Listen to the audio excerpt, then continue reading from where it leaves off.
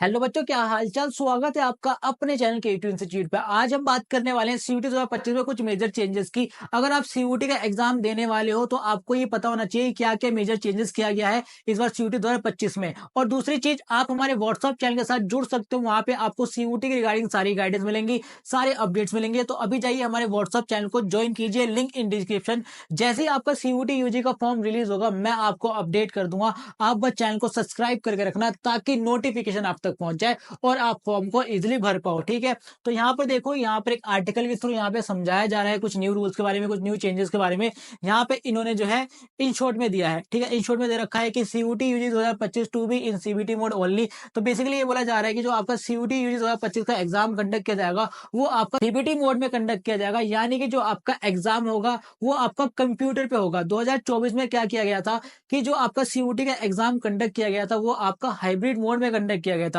Hybrid mode का मतलब ये होता है कि भाई जो आपका एग्जाम होगा, कुछ पेपरों का टेस्ट होगा आपका कंप्यूटर पे और कुछ पेपरों का टेस्ट होगा आपका फिजिकल। फिजिकल यानी पेन और पेपर वाला, ओएमआर वाला। ठीक है, समझ गए। देन उसके बाद यहाँ पर देखो कि student can choose any subject not limited to class 12। तो बेसिकली यहाँ पे बोला जा रहा है कि 2024 में जो सीयूटी का एग्जाम कंडक्ट करवाया गया था वहां पे आप वही सब्जेक्ट सीयूटी में चूज करते थे जो आपने क्लास 12 में पढ़े हैं। लेकिन 2025 में आप सीयूटी में वो वाले सब्जेक्ट भी चूज कर सकते हो जो आपने क्लास 12 में नहीं पढ़ा, यानी डिफरेंट सब्जेक्ट भी चूज कर सकते हो। ठीक है, लेकिन मैं आपको एक बात बता दूं, अगर आप दिल्ली यूनिवर्सिटी में एडमिशन लेना चाहते हो तो आपको सीयूटी में वही सब्जेक्ट रखने हैं जो आपने क्लास 12 में पढ़ा है। क्योंकि जब आप दिल्ली यूनिवर्सिटी के लिए अप्लाई करते हो ना तो वहां पे एक क्वेश्चन आता है, एक ऑप्शन आता है सब्जेक्ट मैपिंग का। अगर सब्जेक्ट मैपिंग में मिसमैच हुआ कुछ तो आप दिल्ली यूनिवर्सिटी के लिए अप्लाई नहीं कर पाओगे। तो जो सब्जेक्ट आपने क्लास 12 में पढ़े हैं वही सब्जेक्ट आपको सीयूटी में भी चूज करना है, समझ गए।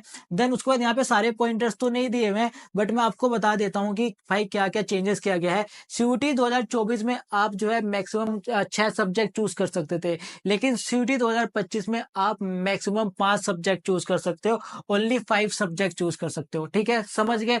एंड उसके बाद आप एक चेंजेस और है कि सीयूटी 2024 में आपको 61 सब्जेक्ट दिए जाते थे जिसमें से आपको चूज करना होता था, लेकिन भाई सब्जेक्ट को रिड्यूस करके 37 कर दिया है। अब आपको 37 सब्जेक्ट में से अपने सब्जेक्ट चूज करने पड़ेंगे, समझ गए। और यहाँ पे एक और चीज है। चीज क्या है कि पहले आपको मिलता था 45 मिनट कुछ मेन सब्जेक्ट के लिए फॉर लैंग्वेज और आपका डोमेन सब्जेक्ट के लिए 45 मिनट मिलता था। और अब आपको जो है आपके जितने भी सब्जेक्ट है, चाहे आपका लैंग्वेज हो गया, चाहे आपका डोमेन हो गया या आपका जनरल टेस्ट हो गया, उनको पूरे यहाँ पे 1 घंटा मिलने वाला है सर। ठीक है, 60 मिनट मिलने वाला है। तो समझ लो भाई यहाँ पे जो सबकी जो टाइमिंग है वो इक्वल कर दी है, सेम कर दी है। और यहाँ पे अब आपको जो नेगेटिव मार्किंग, अगर मैं मार्किंग स्कीम की बात करूं तो यहाँ पे नेगेटिव मार्किंग 1 ही है। ठीक है, अगर आप क्वेश्चन को गलत करते हो, इनकरेक्ट होता है क्वेश्चन, तो -1 मिलेगा आपको। और अगर आपका आंसर ठीक होगा तो यहाँ पे +5 मिलेगा, समझ गए। तो ये आपका रहने वाला है मार्किंग स्कीम। और कोई डाउट वगैरह हो तो भाई कमेंट में कमेंट करके पूछ लेना। यही आपको मेजर चेंजेस बताने थे। आई होप आपको वीडियो अच्छी लगी। अगर वीडियो अच्छी लगी तो वीडियो को लाइक करना, चैनल को सब्सक्राइब करना और दोस्तों के साथ शेयर करना।